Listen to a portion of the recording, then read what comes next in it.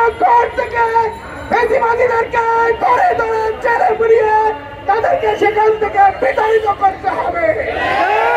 আপনারা লক্ষ্য করেছেন আজকে গোপালগঞ্জে জুলাই যোদ্ধাদের উপরে কি নৃশংস হামলা চালানো হয়েছে।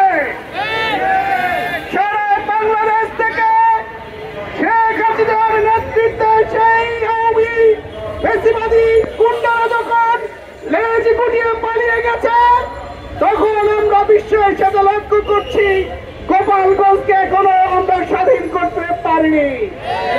তার ফলশ্রুতিতে আজকে গোপালগঞ্জে এই নৃশংস হামলার ঘটনা ঘটেছে। অবিলম্বে এই গোপালগঞ্জকে বেশিবাদ মুক্ত করতে হবে।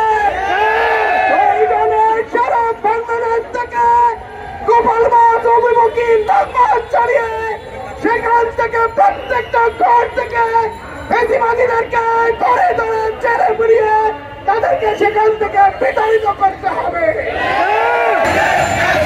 সন্ত্রাসীদের বিরুদ্ধে, গুন্ডাদের বিরুদ্ধে গোপালগঞ্জের হামলা কেন?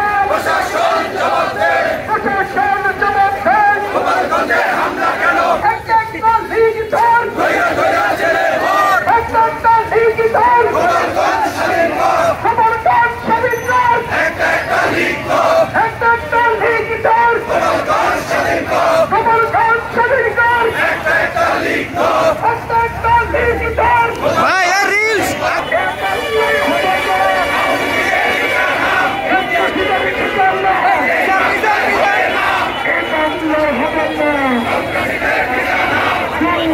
ঠিকানা